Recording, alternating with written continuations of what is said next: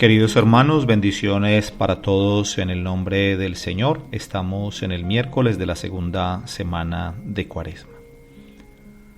Hoy les quiero presentar a un santo sacerdote y mártir, San Eulogio de Córdoba. Eulogio significa etimológicamente aquel que habla bien. Muchos dicen que este santo fue la mayor gloria de España en el siglo IX. Él vivió en la ciudad de Córdoba, que en aquella época estaba ocupada por los musulmanes o mahometanos.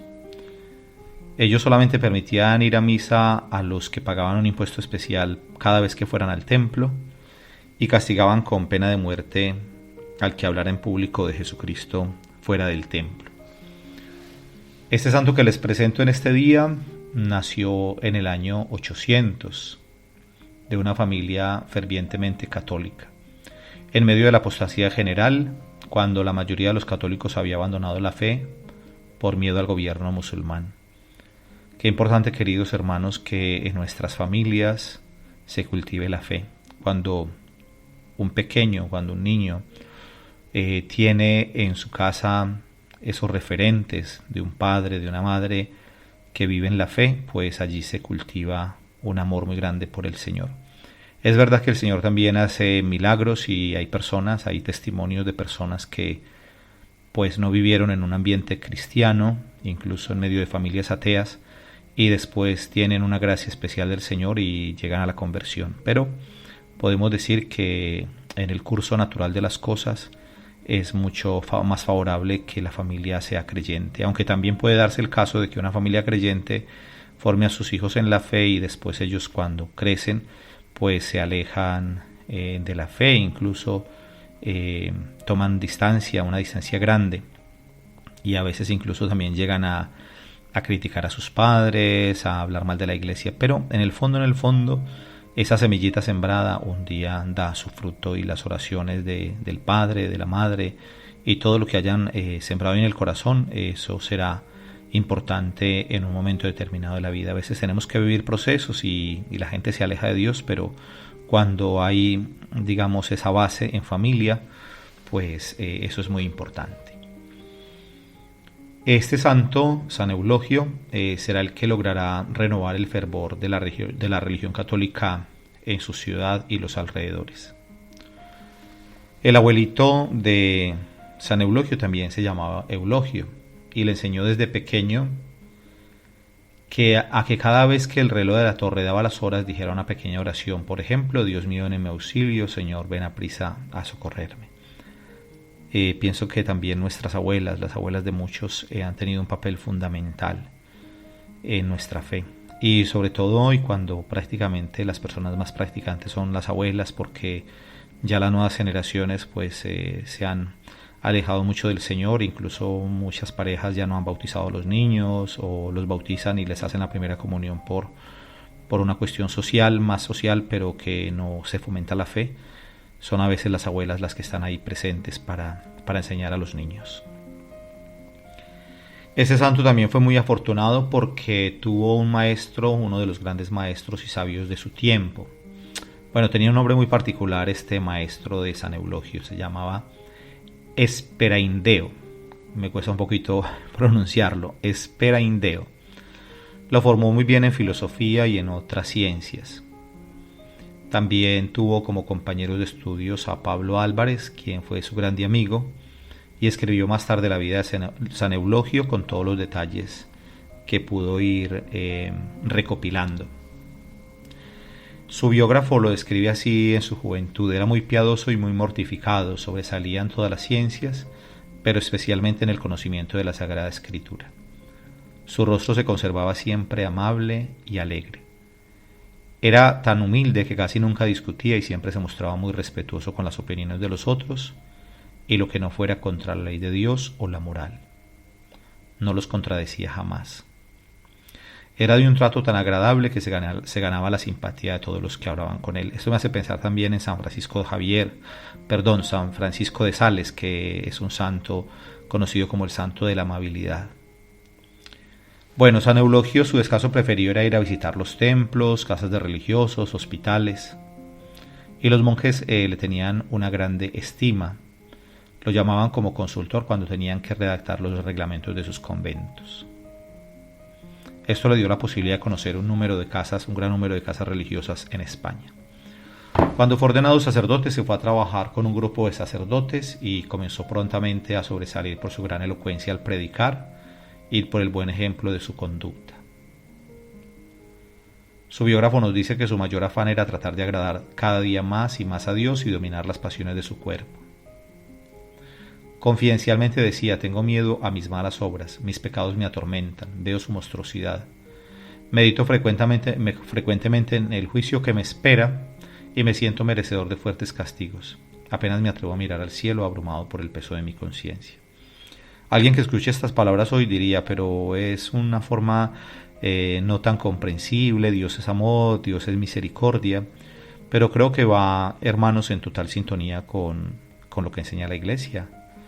Nos tenemos que reconocer pecadores, no hay que pensar en que nos han metido sentimientos de culpa, nos tenemos que reconocer pecadores y el Señor quiere que nosotros nos sintamos pecadores para que Él nos pueda salvar y nos pueda sanar, porque cuando nos justificamos a nosotros mismos y nos creemos buenos, pues entonces nunca vamos a cambiar porque consideramos que no hay nada para mejorar.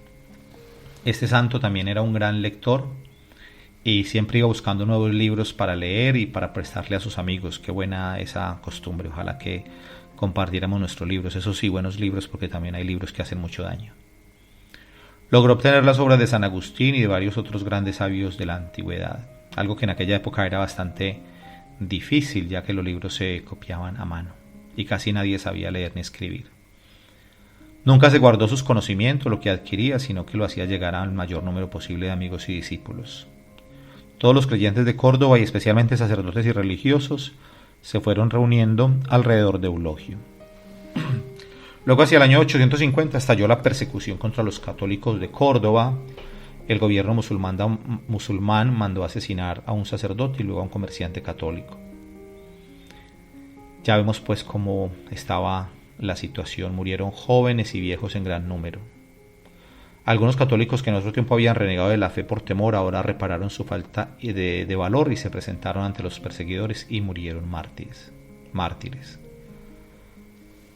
San Eulogio se puso al frente de los más fervorosos y escribió un libro titulado Memorial de los Mártires, en el cual narra y elogia con entusiasmo el martirio de los que murieron por proclamar la fe en Jesucristo. Bueno, más adelante el gobierno musulmán mandó a Eulogio a la cárcel y él aprovechó estos meses para dedicarse a meditar, a rezar y a estudiar. Al fin logra salir de la cárcel, pero encuentra que el gobierno ha destruido los templos, ha acabado con la escuela donde él enseñaba y que sigue persiguiendo a los que creen en Jesús. Durante 10 años tiene que huir de un lado para otro, por la ciudad, por los campos, pero va recogiendo los datos de los cristianos que van siendo martirizados y los va publicando en su Memorial de los Mártires. En el año 858 murió el arzobispo de Toledo y los sacerdotes y los fieles eligieron a Eulogio para ser el nuevo arzobispo, pero el gobierno se opuso. Le esperaba algo mucho más grande y era el martirio. Había una joven en Córdoba llamada Lucrecia que era hija de musulmanes y ella deseaba vivir como católica, pero la ley se lo prohibía. Entonces ella huyó de su casa y, ayudada por Eulogio, se refugió en casa de católicos. La policía se dio cuenta dónde estaba y el juez decretó pena de muerte para ella y para Eulogio. Fue llevado a este santo al más alto tribunal y uno de los fiscales le dijo: que el pueblo ignorante se deje matar por proclamar su fe, lo comprendemos, pero tú, el más sabio y apreciado de todos los cristianos de la ciudad, no debes ir a la muerte. Te aconsejo que te retractes de tu religión y así salvarás tu vida. Y Eulogio respondió: si supiese los inmensos premios que nos esperan los que proclamamos nuestra fe en Cristo, no solo me dirías que debo dejar mi religión, sino que tú dejarías a Mahoma y empezarías a creer en Jesús. Yo proclamo aquí solemnemente que hasta el último momento quiero ser amador y adorador de nuestro Señor Jesucristo. Queridos hermanos, diciendo esto se me ponen los pelos de punta, pensando en cuánto nos hace falta santos como este en la actualidad, cuando queremos muchas veces, en aras de un falso ecumenismo, pues sencillamente llevarnos bien con todo el mundo y decir que todas las propuestas son válidas para salvarnos. Lo más importante es que seamos buenas personas. Bueno, quisiera decir más cosas, pero creo que ya tenemos suficiente con lo que les he compartido en este día. Y bueno, pues una pequeña palabra sobre el Evangelio. Así como este santo fue martirizado, pues vemos en la primera lectura de hoy también cómo están conspirando para matar a Jeremías, los enemigos de Jeremías, porque no soportan su palabra. Y Jesús mismo también está subiendo a Jerusalén, sabiendo lo que le espera allí, y le está diciendo a sus discípulos que están subiendo a Jerusalén y el Hijo del Hombre va a ser entregado a los sumos sacerdotes, condenado a muerte, lo entregarán a los gentiles para que se burlen de él, lo azoten y lo crucifiquen, y al tercer día resucitará. Lo más tremendo del Evangelio de hoy, hermanos, es que la madre de los Zebedeos, de Juan y Santiago, se pone a hacerle peticiones a Jesús, quiere que sus hijos estén a su derecha y a su izquierda. Esta pobre mujer no entendía nada. Y en otro relato del Evangelio no es la madre, sino que son ellos mismos los que le piden a Jesús esto. Entonces estaban Jesús anunciándoles que va a morir y ellos pidiendo los primeros lugares. No estaban en sintonía, estaban en otra cosa. Y nos dice el Evangelio que los otros 10 discípulos se enojaron, y uno dice, bueno, se enojaron con estos dos porque eran más maduros y ya habían comprendido el mensaje del Señor, pero no. Era sencillamente porque sentían en el corazón envidia que se les habían adelantado a pedir los primeros puestos, lo que ellos también querían. Qué tremendo esto. Bueno, hermanos, un abrazo, el Señor les bendiga a todos.